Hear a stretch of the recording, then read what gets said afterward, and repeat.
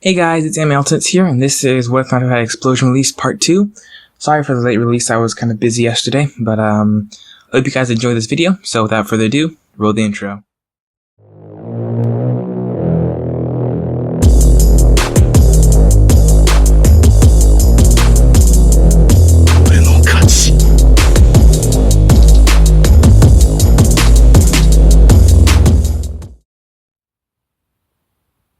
Again, but this time try and imagine your chakra as liquid, then imagine it being soaked up by your clay, Kurenai explained.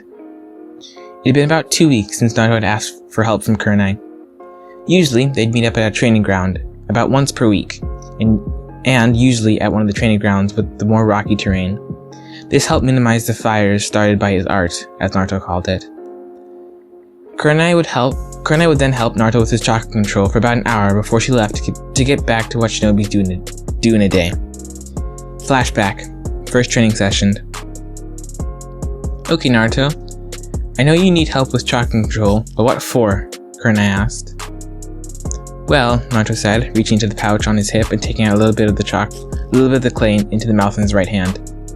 You may or may not know that I have the explosion release bloodline. Holding up his left hand so that the mouth was facing upwards, Naruto then expelled a small amount of his now named explosive liquid, nitro fluid, from the mouth.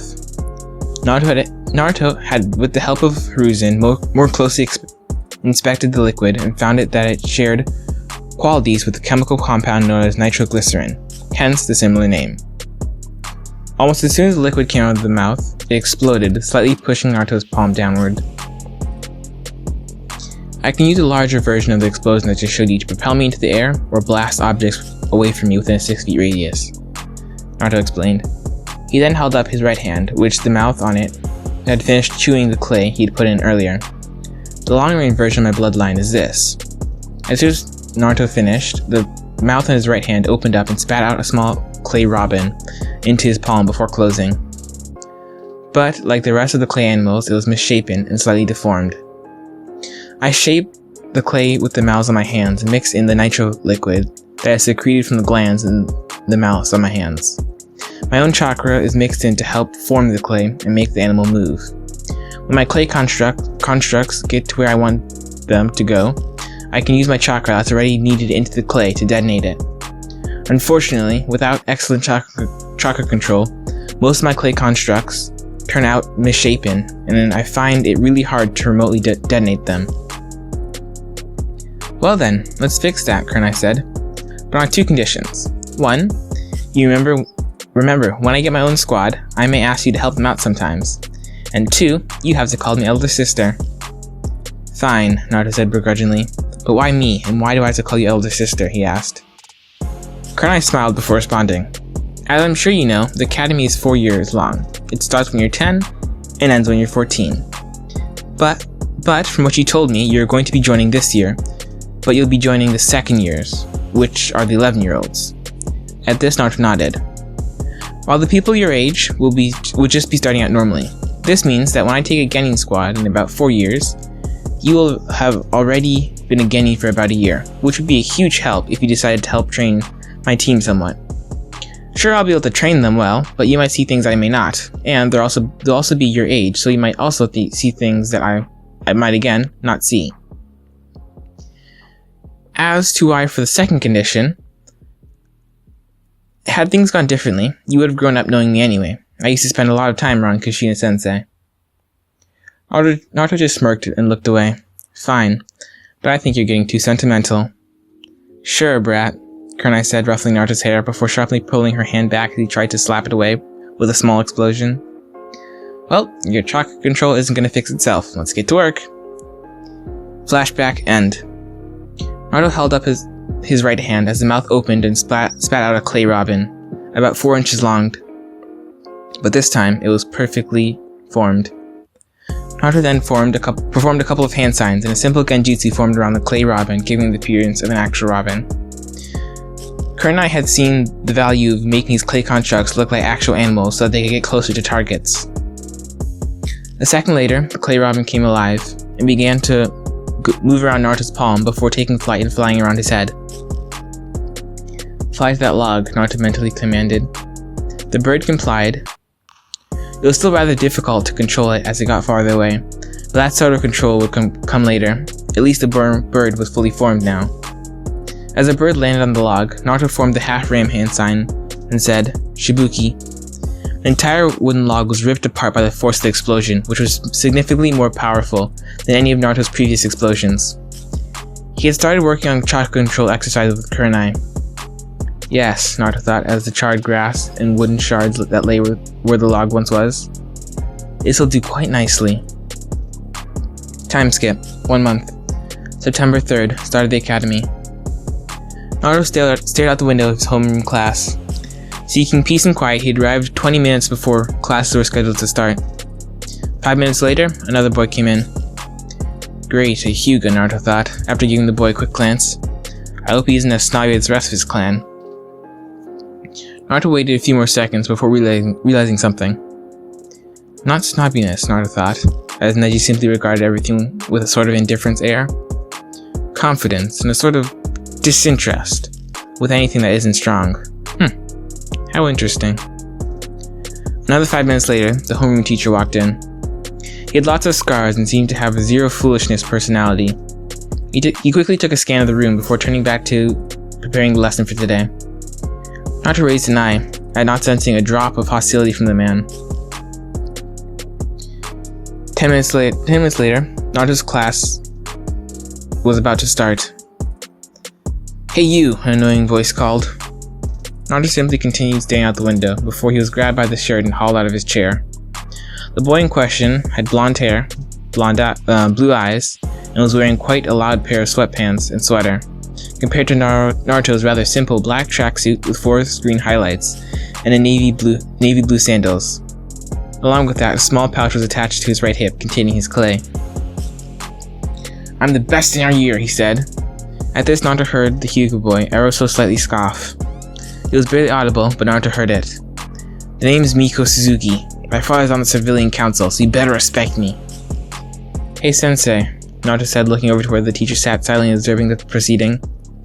"Since he started this, how badly can I hurt him?" The man smiled before responding. "In this class, strength is what matters. That being said, you will not recklessly attack your classmates. But if they start something with you, you have my full permission to respond to the best of your abilities. To put it simply, as long as they have at least one eye to see out of and at least one arm to write with, you're good. But remember, if you go in turn, go and hassle someone else that's stronger than you, don't expect me to get you out of trouble. It's your mess, clean it up. Also, don't worry about the repercussions. This is my class and I can decide to teach it how I like. Please proceed." Naruto smirked before grabbing the boy's forearm with his left hand and placing his right palm on the boy's stomach. "I really don't like people who ride on other people's fame," Naruto said. "I really couldn't care less that your father's on the civilian council. If you want a chance of me respecting you, then actually become strong and stop harassing people. Otherwise, leave me the hell alone." As soon as Naruto finished, twin explosions went off from his palm. The boy shouted in pain as he was blasted away from Naruto. Naruto turned away from the boy and was about to sit back down when he caught the gaze of the Hyuga. "Something I can help you with?" Naruto asked. "Very interesting technique you have there," the Hyuga responded. "Very interesting eyes you have," Naruto replied, shrugging. "But you still haven't answered my question." "Nothing really. We're simply just quite similar," the Hyuga responded. "That being?" Naruto asked, raising an eyebrow. "We have in common the thing that a caged bird wishes for," the Hyuga responded. "Freedom," Naruto thought. He may not be so bad after all. "I look forward to working with you," Naruto trailed off. "Neji Hyuga," the now named Neji responded. "Naruto Uzumaki," Naruto responded, before sitting back down again. The sensei gave a barking laugh before telling everyone to get to their seats. Miko had to hobble back to his, but other than that, nothing really happened. "Okay, class, my name is Raigo Nomuzuki. I will be your homeroom teacher for this year." "Great for you. Now, before we begin, can anyone tell me the Shinobi rule number 1? Time skip. 1 hour. "Okay, time for Taijutsu class," Raigo called out. "To start with, Neji Hyuga versus Naruto Uzumaki. Anything except the use of weapons is acceptable, as long as you stay inside the ring. Begin. Neji immediately rushed forward, veins pulsing around his eyes, and the air around his hands was slightly tinged blue. 8 trigrams, 16 palms, Neji called, as he rushed in. Chakra, Naruto thought, as Neji neared. The Hyuga technique is too advanced for me to simply block by covering myself in a layer of chakra, and I'm not good enough at controlling all my chakra to build up a dense layer where I'll think he'll strike. So I have to give him something to strike at, but still build up a dense layer. The only caveat is I have to do it in a split second before he strikes, otherwise he'll see me building up chakra in my arms, and pause. Naruto got into a simple boxing stance, and threw a classic left hook. As Neji neared and Naruto predicted, he lashed at it with his palm at Naruto's arm. Just before it impacted, Naruto built up as much chakra in his arms as he could. When Neji's palm struck, Naruto felt a sting, but it was bearable. Quickly extending his other arm, Naruto let off an explosion, right in Neji's face, throwing Neji back, but he still landed on his feet. When the smoke cleared, he was surprisingly unharmed. His skin was slightly tinged red, as if he was slapped, but otherwise he was fine. I see, Naruto thought. He did the exact same thing I did. He has an excellent tactical mind to be able to see something and replicate it in an instant. Quite the situation we have ourselves in, Neji said as he got back into 8 trigram stance. My palm strikes barely hurt you, and your explosions do the same to me. While you have a lot more chakra, I have a lot more control. If this is a war of attrition, you would win. If, however, you didn't make a single mistake, which has about a 50% chance of happening. But you, even if you made one mistake, I would probably win, which also has a 50% chance of happening. So what you're saying is we're perfectly matched, Naruto said, closing his eyes, trying to think of a solution. I got it. I know the perfect solution, Naruto said, pausing for dramatic effect before saying, a good old-fashioned game of rock, paper, scissors. At this one, everyone's sweat dropped. Only you would do this, Uzumaki, and I just met you. Yes. However, Naruto said, you didn't say no, with a slight smirk. Neji sighed. Fine, but we can add our fighting styles to these attacks. Of course, Naruto said, before bringing his hand up. Rock, paper, scissors, Naruto and Neji said at the same time. Shoot! At this word, both Naruto and Neji picked paper and shot their hands forward.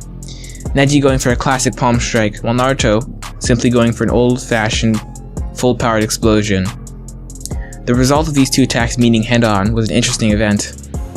Neji's palm strike reflected about half of the power of Naruto's explosion back at him, but Naruto's explosion, being quite powerful, even half-powered, was still quite strong and pushed Neji away from him, while doing the same to Naruto. When the smoke cleared, both Naruto and Neji were standing outside the ring. Skid marks showed they had been pushed back to where they were standing. However, Naruto was slightly farther back than Neji. The win goes to Neji Hyuga, Reigo called, simply because he was closer to the ring. You struck the ground using chakra, didn't you? Naruto asked. Neji nodded before speaking. The score is now 1-0 in favor of me. Naruto just smiled before responding. Not for long. Anyway guys, thanks for listening. I'll see you guys next time.